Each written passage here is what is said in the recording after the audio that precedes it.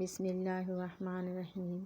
Race میں جیتنے والا گھوڑا نہیں جانتا کہ کامیابی کیا ہوتی ہے۔ وہ دوڑتا ہے تو صرف اپنے مالک سے ملنے والی تکلیف کی وجہ سے۔ تو آپ کبھی بھی اپنے آپ کو تکلیف میں پاؤ تو سمجھ جانا کہ تمہارا مالک خدا چاہتا ہے کہ جیت تمہاری ہو۔ کسی کو سمجھنا جاننے سے زیادہ گہرائی رکھتا ہے۔ ایسے بہت سے لوگ موجود ہیں جو ہمیں جانتے ہیں، مگر بہت ہی کم ہیں جو ہمیں سمجھتے بھی ہیں۔ پردہ یہ نہیں کہ بس خود کو چھپا کر رکھو، پردہ یہ ہے کہ غریب کے سامنے دولت کی، بھوکے کے سامنے کھانے کی، مسافر کے سامنے گھر کی اور یتیم کے سامنے والدین کی نمائش نہ کرو۔ اور پردہ یہ بھی ہے کہ لوگوں کا بھرم رکھو، ان کی کمزوری کسی پر عیاں نہ ہونے دو اور کسی کی ذاتی زندگی پر نظر نہ ڈالو۔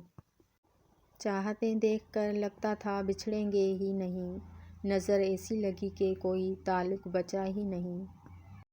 جو اللہ کی قسم کھا کر بھی مکر جائے وہ مر ہی جائے تو اچھا ہے، کیونکہ جو جھوٹ کو سچ بنانے کے لیے اللہ کا استعمال کر سکتا ہے وہ انسان کچھ بھی کر سکتا ہے۔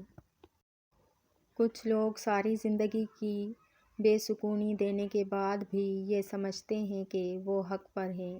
انہیں یہ اندازہ تک نہیں ہوتا کہ وہ یوں غائب ہو کر کسی کی زندگی کو کس قدر اذیت بنا جاتے ہیں۔ زندگی بہتر ہوتی ہے جب آپ خوش ہوتے ہیں، لیکن زندگی بہترین ہو جاتی ہے جب آپ کی وجہ سے دوسرے خوش ہوتے ہیں۔ اللہ تبارک و تعالیٰ آپ کو سلامت رکھے، آپ کی تمام مشکلات کو آسانیوں میں بدل دے اور ہمیشہ قلبی سکون، کشادہ رزق، اچھی صحت، وسیع علم اور اعلیٰ فہم عطا فرمائے۔ آمین ثم آمین۔ یا اللہ ہمیں ہمیشہ برائیوں سے، تکبر سے، تنگ دستی سے، رزق کی کمی سے، رسوائی سے، قرض سے، مرض سے، اولاد کے دکھ سے، ناگہانی موت سے، بری نظر سے اور حرام کی کمائی سے محفوظ رکھنا۔ آمین یا رب العالمین۔ اس بات پر یقین رکھو کہ تمہارا رب انسانوں کی طرح نہیں ہے کہ تمہاری کسی ایک غلطی پر تمہارا اخلاص فراموش کر دے، تمہاری اچھائیاں بھول جائے۔ وہ قدردان ہے، وہ ہر عمل کو سنبھال کر رکھتا ہے، وہ ذرہ برابر ہی کیوں نہ ہو، اچھا ہو یا برا۔ وقت ازالہ نہ کر سکا جن کا، لوگ ایسے بھی ہم نے کھوئے ہیں۔ زندگی کے کچھ درد ایسے ہوتے ہیں جو جینے نہیں دیتے اور کچھ فرض ایسے ہوتے ہیں جو مرنے نہیں دیتے، اسی کا نام زندگی ہے۔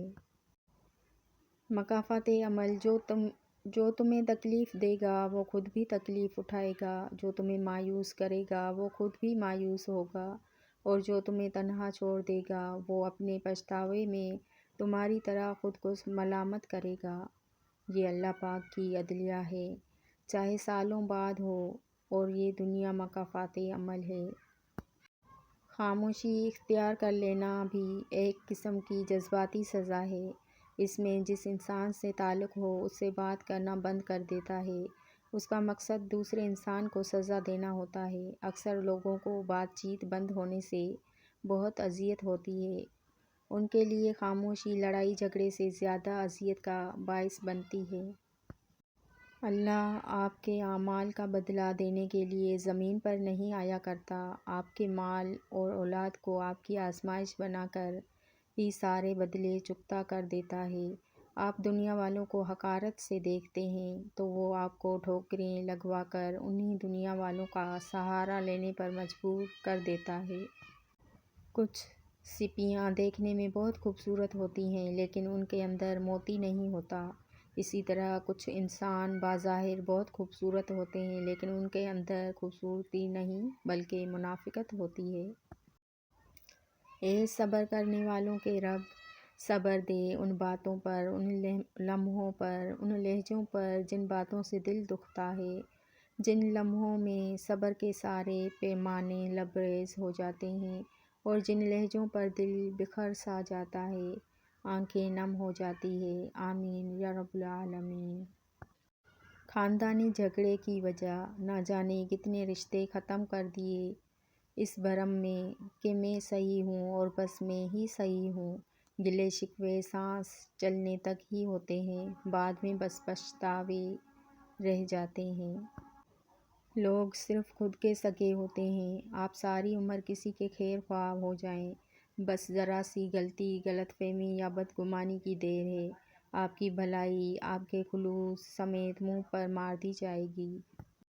اپنی تکلیف تکلیف لگے اور دوسروں کی تکلیف جب ڈرامہ لگے تو مبارک ہو، منافق ہو گئے آپ۔